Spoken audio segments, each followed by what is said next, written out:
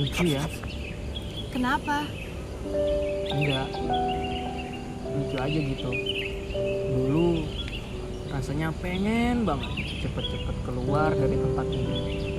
Tapi sekarang kok malah terasa berat banget ya.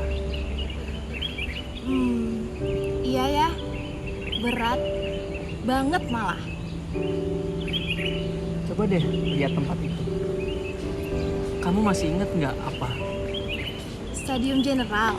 Iya, tempat di mana kita pertama kali bertemu dan duduk bareng dengan teman-teman lainnya. Dulu tuh ya, rasanya bingung banget mau temenan sama siapa. Rasanya kayak asing aja gitu sama orang-orangnya. Lebih lagi, kita kan dari daerah yang beda-beda. Nambah canggung dah tuh. Mau nyapa duluan, takut salah. Kalau nggak nyapa, ya nggak dapet teman. Iya ya. Kalau dipikir-pikir, dulu kita canggung banget. Tapi semenjak mat sama, kita udah mulai akrab tuh satu sama lain. Ya, gimana gak mau akrab? Kegiatan mat samanya aja seru abis. Walaupun kadang-kadang waktu pemberian materi sering ketiduran sih. Tapi gak bisa dipungkiri, outbound di labirin bikin kita tambah akrab. Kita dituntut buat kompak, padahal kena juga enggak. Belum lagi kegiatan yang gak ada putusnya. Dari pagi ketemu pagi, pasti ada aja yang dipikirin. Tidur berkualitas udah jadi hal yang berharga lah pokoknya waktu itu. Kalau cewek mungkin lebih enak, udah bisa tidur di asrama. Sedangkan yang cowok-cowok harus tidur ber-16 dulu di gedung KBM. Ya, waktu itu tempat ini memang penuh dengan keterbatasan. Tapi mau gimana pun, dengan keterbatasan itu justru yang bikin kita jadi bisa seakrab ini. Kalau dipikir-pikir, dulu kita hebat banget loh. Bisa tetap hahaha hihi, padahal mandi aja masih harus ngantri. Ada tim yang mandi di WC gedung KBM, ada juga tim yang mandi di kolam belakang. Mandian Pak, Sanja tuh nah. Buat tim yang mandi di WC gedung KBM, biasanya diisi orang-orang yang rada rebel. Nih, WC bakal? Kosong. Udah tahu ada kolam, tetap aja mandi di WC KBM.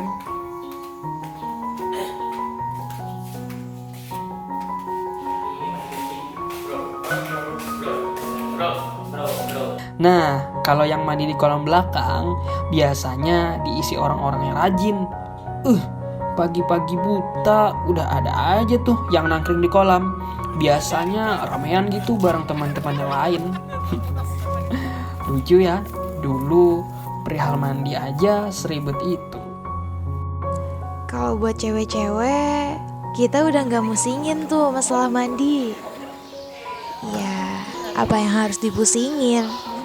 Waktu masuk kamarnya aja udah berasa bukan asrama. Kamarnya lumayan lega. Terus yang paling penting, kamar mandi dan WC-nya ada di dalam. Dulu yang dipusingin justru hal-hal kayak teman kamarku bakal asik gak ya? Bakal kangen sama orang tua gak ya? Dan kira-kira aku betah gak ya di sini? Biasalah cewek-cewek suka overthinking. Tapi seiring berjalannya waktu, kita tetap nikmatin semua prosesnya. Semua hal yang ada di IC mungkin sudah ada sudut memorinya tersendiri. Apalagi masalah crispy. Momen dimana kita udah paham apa itu gengsi kelas. Pokoknya kelas kita harus jadi yang terbaik. Ya, jadi wajar lah kalau ada sedikit cekcok. Kalau udah crispy, semuanya pasti sibuk. Si penyelenggara pasti sibuk mikirin dekor gimana, ngurus izin sana sini, dan juga harus mikirin mau tampil apa. Pokoknya pusing bagi waktu deh. Beda ceritanya kalau yang bukan penyelenggara. udah pasti punya waktu yang lebih buat nyiapin penampilan. Makanya wajar aja kalau semuanya pada kerja keras buat tampil maksimal. Crispy akan selalu jadi momen yang gak pernah kita lupain. Memasuki bangku kelas 11, kita udah mulai paham sama ritme kehidupan di sini. Udah bisa bagi waktu, meskipun di awal kita harus disibukkan sama Pestra. Waktu itu, Pestra udah jadi prioritas kita bersama. Kekompakan kita benar-benar diuji. Bikin acara sebesar Pestra memang gak main-main. Kita juga banting tulang mati-matian buat nyari sumber dana. Mulai dari bazar tiap minggu sampai nyebar proposal sana-sini dilakuin. Ingat nggak ada berapa banyak yang udah nangis dan hampir nyerah? Ya, karena nyiapin Pestra bukan berarti kita bebas dari tuntutan akademik. Ujian yang udah kayak minum obat 3 kali sehari jadi langganan. Kadang kita harus puas dengan nilai remedial. Ya, karena kita harus rapat persiapan, nyiapin ini itu, sampai lupa deh buat belajar. Tapi semuanya kebayar waktu hari H. Kita yang dari awal gak nyangka bisa ngumpulin dana dan nyiapin acara sebesar Pestra. Akhirnya bisa percaya bahwa kalau kita sama-sama gak ada yang gak mungkin. Pestra 3 udah jadi momentum buat Zenvillain bisa terbang lebih tinggi. Setelah selesai Pestra, kita udah gak terlalu disibukin dengan organisasi. Meskipun beberapa dari kita juga masih disibukin untuk ngurusin OSIS. Tapi kita udah bisa fokus ke tujuan masing-masing. Meskipun udah fokus ke tujuan masing-masing, kita juga gak lupa buat main-main kok. Hidup kalau terlalu dibawa serius mah gak asik kali. Buat yang cowok-cowok, kalau sore udah jadi kebiasaan buat main futsal bareng teman-teman. Selain olahraga kan, juga bisa caper sama yang cewek. Enggak, bercanda deng. Kalau kami yang cewek-cewek, kadang lebih milih buat ngumpul di kamar teman sambil gibah-gibah tipis. Gak ada yang bercanda, ngobrol doang kok. Ya, kadang kalau bosen di kamar, Vespa Rovi'i adalah jawabannya. Bagiannya. Gak pernah. Udah para Via. Tapi mau gimana pun, kamar adalah salah satu tempat terbaik buat ngumpul di malam hari. Dan satu ritual yang gak bisa ketinggalan kalau lagi ngumpul adalah makan mie. Gak tahu kenapa mental anak kosnya udah terbangun sejak dini.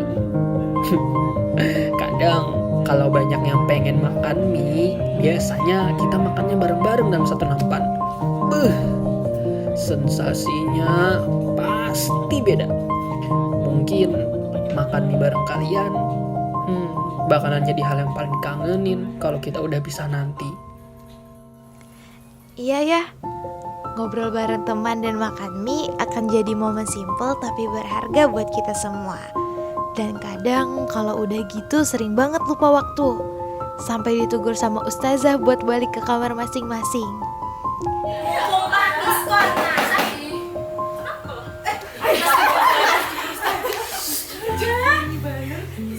Tapi ya namanya keasikan, ujung-ujungnya gak balik-balik dah tuh. Bener banget, saking asiknya sampai ketiduran deh di kamar teman. Dan kalau lagi kena sial,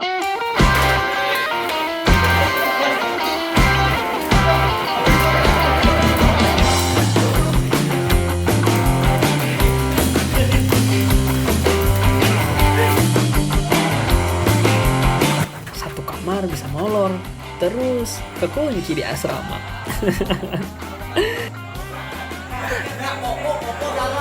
Ya, jadinya harus pasrah, gak bisa ikut sholat subuh di musola deh. Tapi kalau udah gitu, ya sholat di asrama aja. Ya kadang gak mau ambil pusing. Tapi kalau ntar habis maghrib namanya pada dipanggil, yang pasti udah siap-siap bawa Quran aja. Ngaji di trotoar adalah rutinitas buat anak-anak yang gak ke musola. Dan lagi-lagi, hal kayak gitu justru indah buat dikenang, tapi tidak untuk diulang. Banyak rutinitas yang kita lakuin biasa aja, tapi ketika udah gak dilakuin, justru ngangenin. Yang paling diinget tuh ya, baru jam 6.30. Welcome, Kang Dirwan.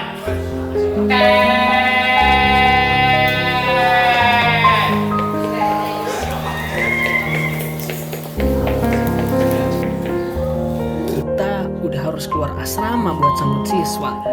Suasana depan asrama hektik banget deh pokoknya. Ada yang sibuk melamun karena masih ngantuk, ada yang sibuk ngisi rambut, nyemir sepatu.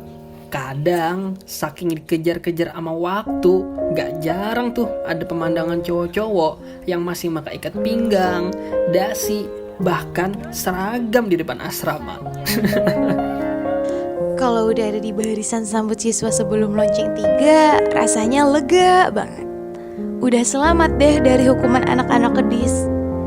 Hidup di sini emang ngajarin kita buat teratur dan disiplin. Tapi percaya deh, ada yang lebih heboh dibandingin sambut siswa. Ya, apalagi kalau bukan pengumuman kamar terbersih dan terkotor mingguan.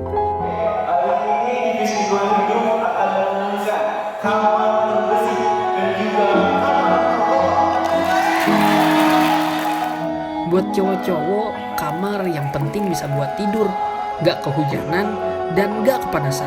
Udah, cukup. Mau jadi kamar terbersih atau terkotor, itu gak masalah. Enjoy aja. Beda cerita sama yang cewek-cewek. Kebersihan kamar udah jadi gengsi. Pokoknya kamar didekor secantik mungkin biar bisa jadi kamar terbersih. Seenggaknya gak masuk ke zona merah. Amit-amit deh jadi kamar terkotor. Malunya setengah mati woy. Ya kali anak cewek gak bisa bersih-bersih. Apalagi kalau diumumin di depan yang cowok-cowok. Dah lah, besok pasti bakal dibecandain abis-abisan. Kita udah nikmatin banget kehidupan di sini. Sampai akhirnya pandemi datang. Waktu itu kita harus ngejalanin kelas 11 akhir dengan situasi pandemi. Semuanya serba berubah. Kita harus penyesuaian lagi. Dan tentu itu gak mudah. Gak mudah buat semua. Yang dulu bisa belajar tatap muka, sekarang harus lewat Zoom atau Google Meeting. Tapi mau gimana pun, waktu itu kita dipaksa keadaan buat bisa ngelakuin semuanya serba online. Dan gak berasa, udah 3 tahun juga kita sama-sama. Lewatin masalah bareng-bareng, nyemangatin satu sama lain. Rasanya ceritain terlalu membekas buat dilupain gitu aja. Mungkin buat saat ini gak ada kata paling pas selain terima kasih. Terima kasih udah selalu ada saat lagi pusing-pusingnya mikirin remedial. Udah siap sedia dengerin cerita temennya yang gak jarang bikin nambah beban. Udah mau ngambilin Rodian di depan asrama. Bawain makanan buat teman yang lagi sakit di UKS. Dan banyak hal lain yang perlu diberikan terima kasih. Ternyata bahagia sesimpel itu. Bisa saling bantu satu sama lain. Mungkin gak ya? Mungkin apa? Mungkin gak ya kalau kita udah tua nanti, kita ngulang momen-momen yang sudah kita lewatin di sini.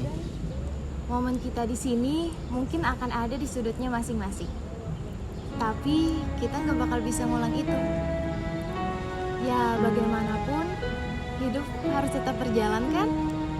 Ini hanya bagian indah dari perjalanan kita. Dan kita harus kembali berjalan menuju tujuan kita masing-masing.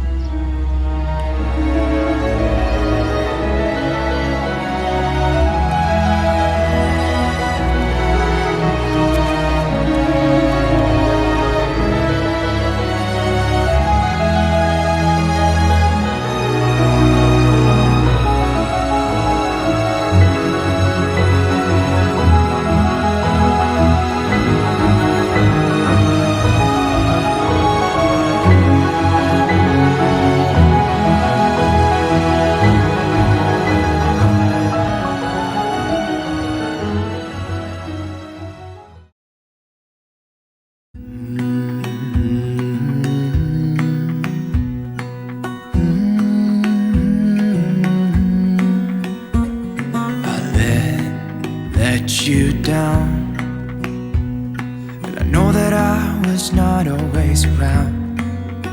I made you feel alone. You spent most of your nights just sitting on your own. I should have done so much more, like giving you the things you asked me for. And I know I was wrong. It's what I try to tell you with my song. Tell you with my song. What if I said I'm sorry? What if I'd make a scene? Wouldn't that make you mine again? You're all I'll ever need. Didn't I make you laugh? Didn't I make you smile? Didn't I make you feel like you were happy for a while? I know that I've done so many things that let you down, but I hope that you give me one more chance to make you mine. When I close my eyes, you know that you're the only thing I see, and it makes me cry to think that you are no longer with me.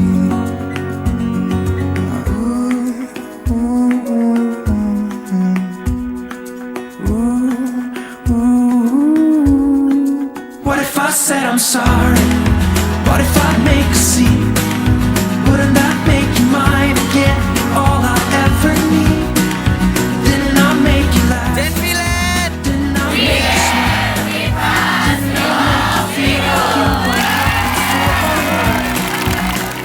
I know that I've done so many things that let you down, but I hope that you give me one more chance to make you mine.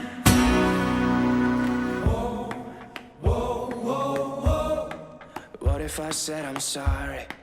What if I said I'm sorry?